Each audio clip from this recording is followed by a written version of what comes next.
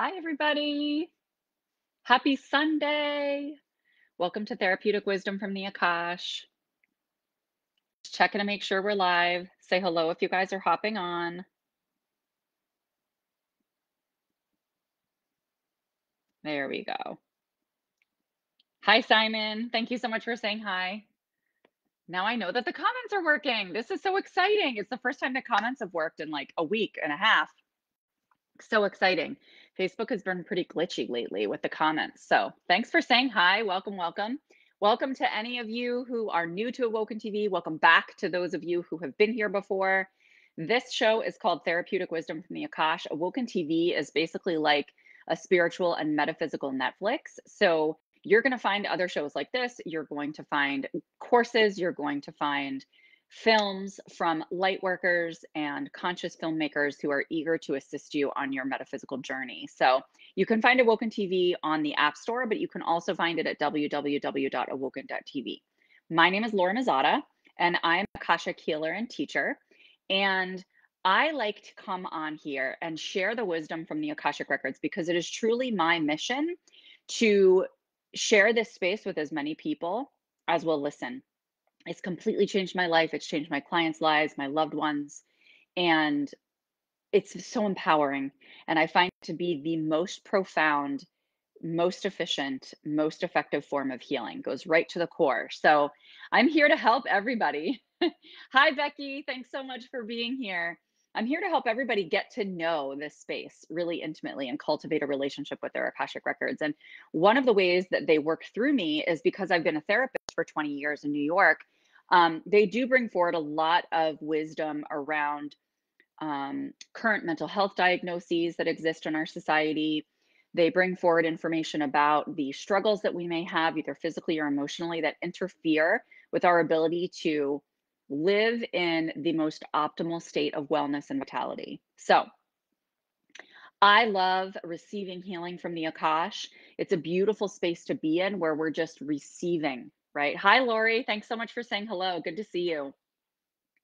We're just receiving. Look at this beautiful light that's streaming in behind my window or through my window. Do you see it? Oh, I love this time of night because this light just beams in and it feels like the Akash is just shining upon all of us here on this live. So you can enjoy all of this energy with me, okay? And just receive it.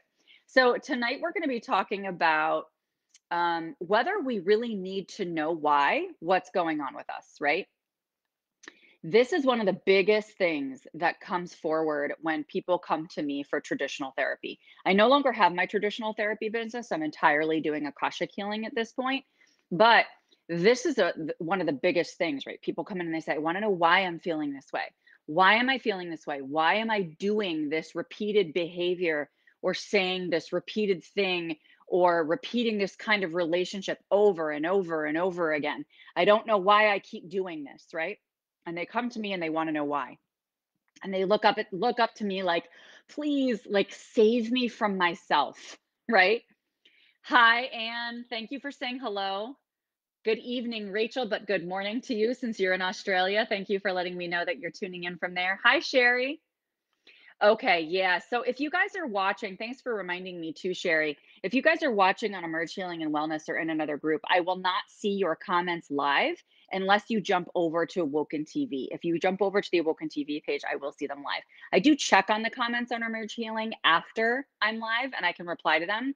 But if you want to chat back and forth, it's best to be here on the Awoken page. Okay. Hi, Jennifer. So good to see you. Happy Sunday to everybody. So yeah, so that's one of the things that happens, right? People, this why is like a desperate, please help me, like save me from myself, save me from my patterns.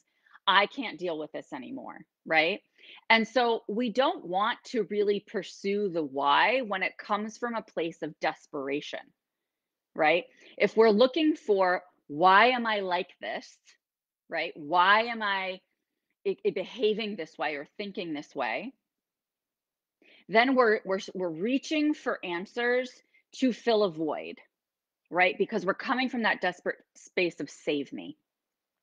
All right. And when we're in that place, we never want to follow up with anything that leads with desperation because it's just going to lead us to more of the same. So instead of approaching things with why from a place of desperation and save me and pleading, we want to come from a place of curiosity, right? So you can switch this instead of saying why, like for instance, let's use physical symptoms that I've had. Why do I have this leg pain? Instead, I'm going to switch it to what is the origin of this leg pain? Okay. Do you see the difference? Do you feel the difference vibrationally? Let me know in the comments if you feel the difference. Why am I having all this leg pain versus what's the origin of this leg pain? One is more curious and one has a little bit of an agitated edge behind it, a little bit of like a why? Like I'm a little pissy that this has been delivered to my field. Not that you're not allowed to be pissy if you have pain, right? You're allowed to have that come up, release it, and then move forward and take the lessons from it. But um, it's important to identify the difference. And I know it can be a fine line, but I really encourage you to tune into that, okay? And identify feeling into the difference between when you say why and when you say, use a different question word like how or what. I don't recommend how as much though, because us humans get really caught up with how do I get to where I need to go? How do I do X, Y, and Z? And then when we get so focused on that, it stops us from being able to move forward, right? And instead, it also gets in the way of us just trusting the universe, okay? And that's a big piece of this, which we'll get to in a minute. So, the other interesting thing is hi, Sam. So good to see you. Okay, so one of the reasons that the question why can be challenging is because it almost always casts doubt for us. Like when we're asking why, we're searching for an answer. I tell my Akashic Record certification students all the time, don't search for an answer. When you're searching for an answer or you're searching for something to come through the records, you're not going to get it because you're using your ego to try to like seek and find, right? Rather than literally just posing a question and allowing it to come to you. Being patient, that's a hard thing for human beings. Being patient to allow the information to come forward that you are meant to have at the time, right? Because if we get too caught up in looking for all of the steps to be handed to us and we search and we try to dig, we're going to come up with answers that might satisfy our ego, but they're not going to be long lasting answers. And we're telling the universe, you know what? I don't trust that you are going to give me the information that I need in the time that I need it and when I'm ready to integrate it. Because guess what? Spirit knows what we're ready to integrate a hell of a lot earlier and a hell of a lot better than we do. So it's allowing spirit to show us that through signs, through symbols. Hi, Anne. Hi, Diane. I know we've been exchanging some private messages so we can connect there. Hi, Jennifer. Good to see you, honey.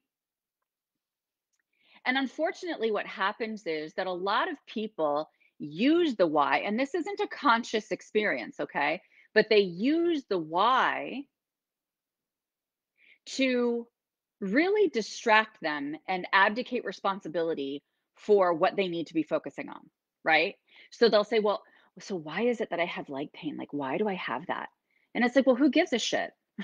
Like, sometimes it doesn't matter. Like, if it's a chronic pattern, we'll talk about that in a minute. But if it's not a chronic pattern and it's just coming up, you have leg pain, then just do something to make it feel better, right? Just do something to make you still feel better. If you have emotions that are going like this all of the time, do something to quell them. Ask for assistance from your guides, right? If you're having trouble doing it on your own. But the time that why is productive is when we have chronic issues.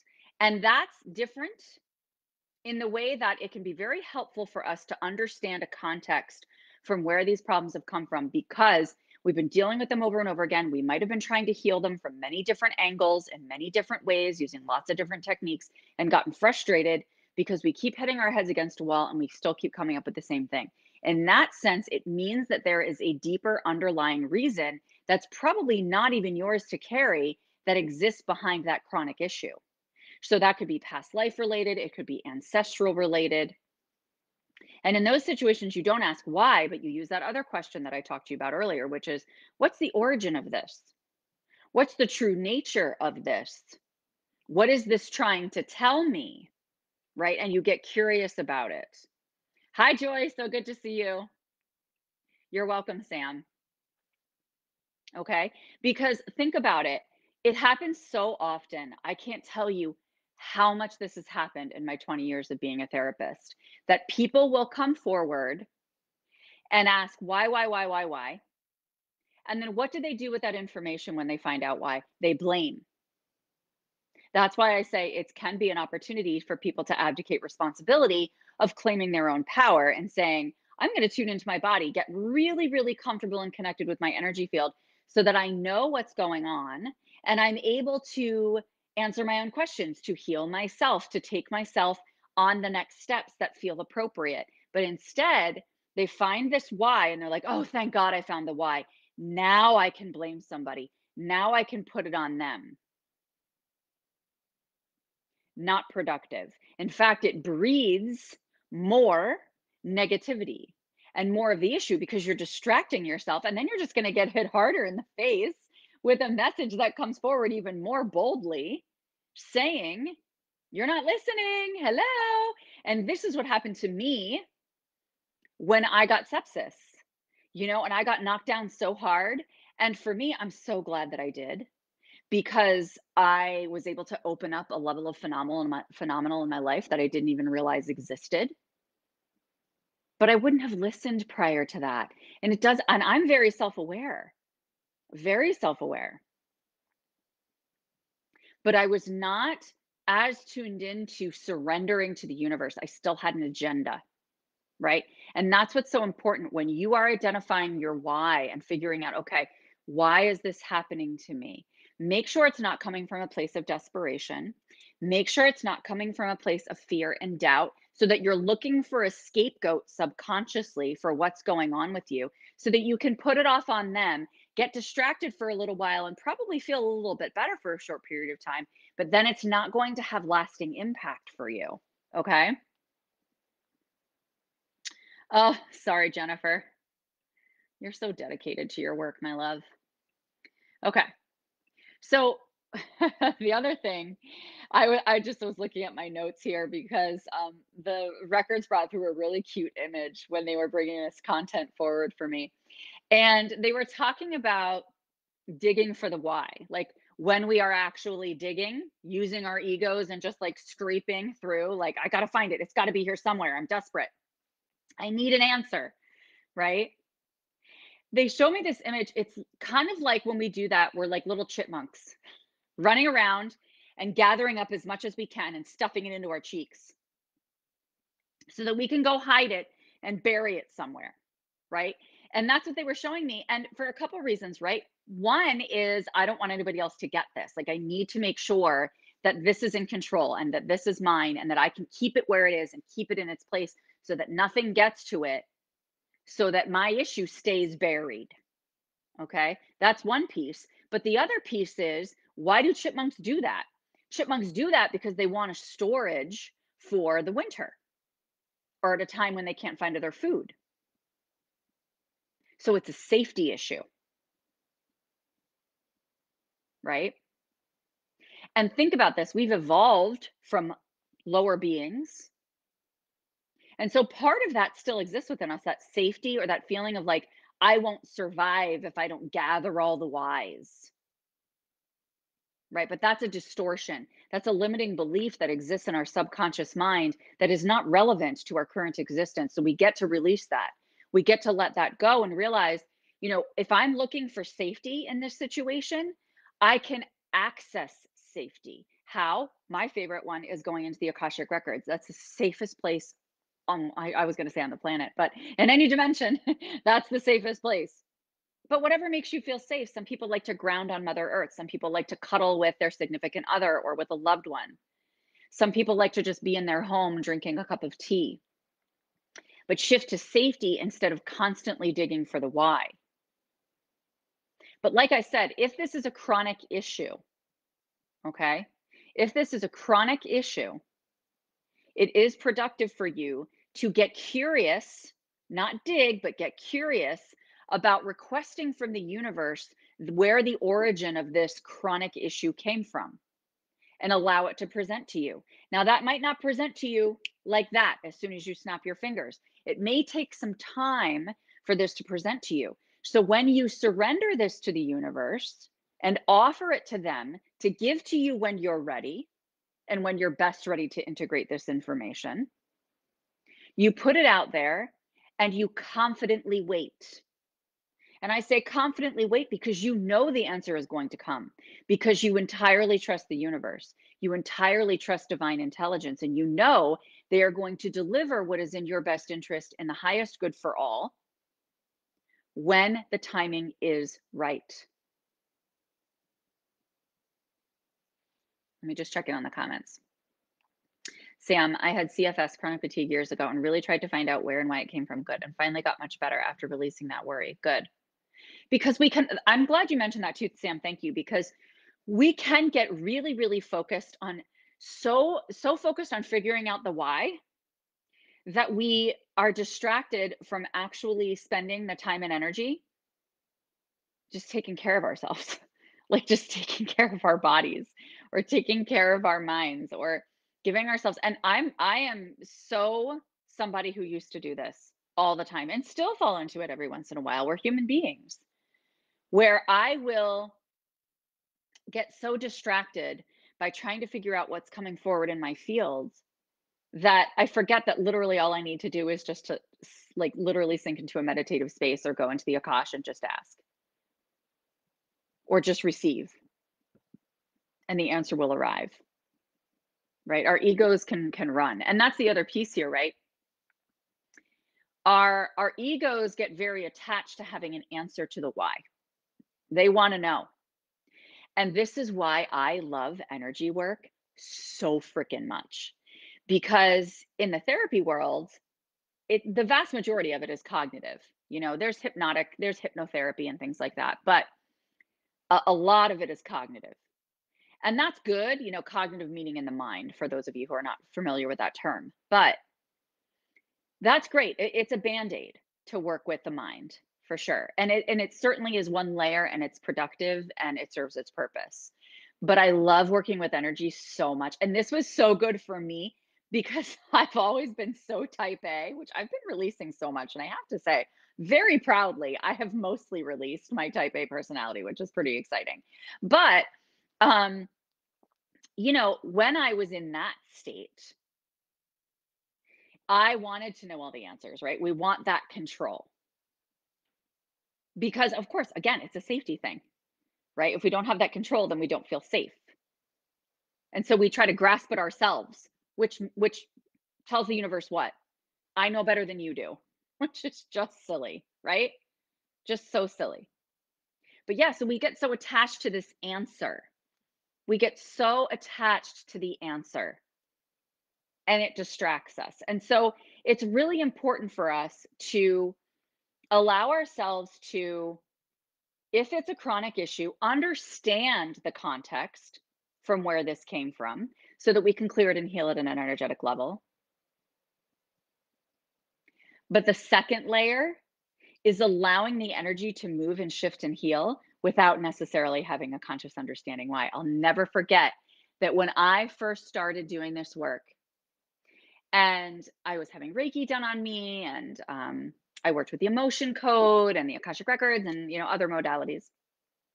And as I'm kind of like sitting back and receiving, my palms are to the sky, I'm all relaxed, and I'm wondering what the hell's going on, what is happening, what kind of changes are occurring. And then I come out of that and it's, I wanted to know, right? Like we did, and this is a great example actually. Um, I've done several past life regressions, and I have tweaked mine, the one that I do for my clients, to include like pieces of all of them because there were pieces of them that I liked. But it's funny because one of the past life regressions I did, one type, I knew absolutely nothing that was going on. Like I was being guided through this past life regression, but I didn't know it was all happening at an energetic level. It was just like quiet And some every once in a while, he would put in some questions and I would answer them, either like I'd have spirit answer them or I'd answer them myself. But I didn't really know the connection or the understanding or like what was really going on. And then when we were done, we were just done. And we closed the call. And then I was just left with the energy, right? And then I did another one where we did the past life regression. There were a lot of connections in the past life regression to current life. And then at the end, we like processed the whole thing cognitively. And it's funny because the old me would have said, oh, I love that. Yes, I want to process the whole thing in my mind. I want to understand all of it. I want all the juicy tips so I can journal about all of them and have it all in a nice little chart, right? So I get it. But I actually love the other one so much better. And I find it to be much more transformative. Which is, and I tell my clients when I teach them in the Akashic Record Certification program, I highly recommend not to sit there and process forever after a past life regression because automatically your ego is coming in. It's getting filtered through your interpretations and your limiting beliefs and your distortions or any dirt on your screen. And you're creating a story out of what you've just experienced, which I'm not saying there isn't value in that, but the real work with past life regressions, because it's the deepest work you can do spiritually, the real work with it is energetic shifting, right? The energetic molecular shifting at the tiniest, tiniest level that we could ever even imagine, that can't even be seen by a microscope. Atoms and molecules type stuff, right? And that's the stuff that when we just allow it and we trust and we know that the work's been done and that we're going to see changes unfold over the next 2 weeks, 4 weeks, 6 weeks, 12 weeks, whatever it happens to be. Because after a past life regression, it takes a little more time since it's deeper work to be able to see those tiny little changes emerging on the surface because it takes time for them to transform.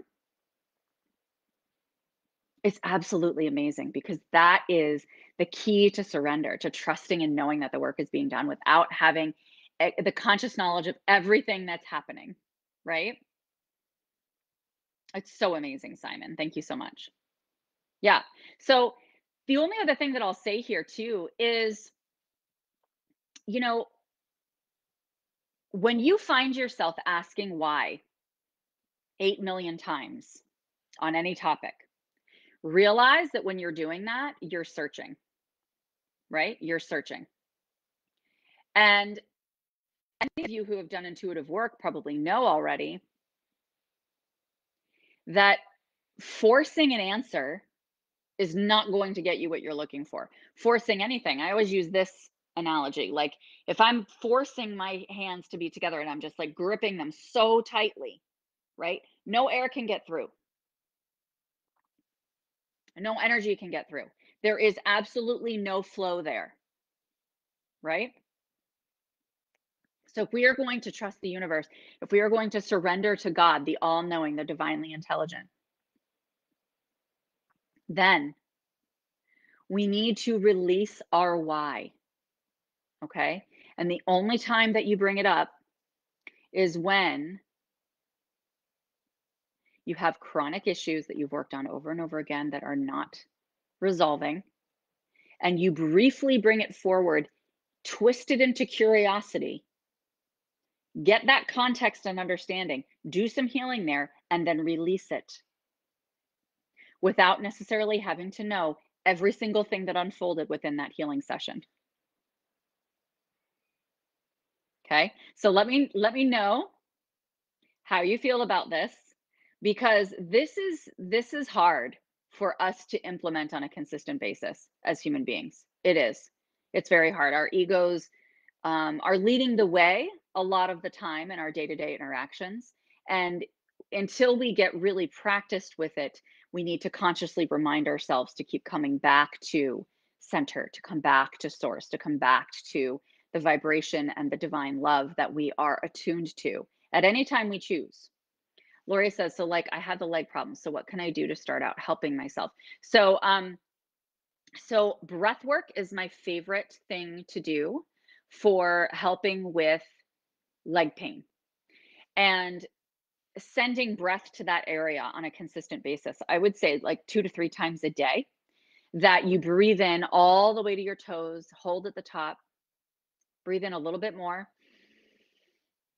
then breathe in even more, And hold for as long as you can, and then the slowest exhale. I even just doing that now, I feel my feet tingling. So starting with breath work and realizing that the breath work itself is life force energy and is healing and transforming, yes. But the other really important piece here is that you're setting an intention. You're saying, I'm not going to blame it on other people. I'm not going to dig into the, and how long have you had the leg problems? Because if you've had them for a long time, then it's very possible that they reside in a much deeper energy at a much deeper energetic level. Hard to get that one out. Meaning in your ancestry or in past lives. Okay. I actually have a course coming up that is super easy peasy quick. It's like a starter course for people for the Akashic records. And this is really an opportunity that if you're having, yeah, it's been 5 years. So yeah, so you definitely need um some deeper healing there. And that's what I'm going to be offering in this course. It's beautiful because literally there's typically my courses, I do a lot of teaching and we do a mix of like teaching and processing and like getting into what each person needs to work on. But this one is there's no curriculum at all. It's literally just coaching calls, group coaching calls. I'm showing up. We're all going to be together. Yeah, solfeggio frequencies are wonderful. Thank you, Sam. In fact, that's what I did today, Lori. I put on my solfeggio frequencies and did my breath work today.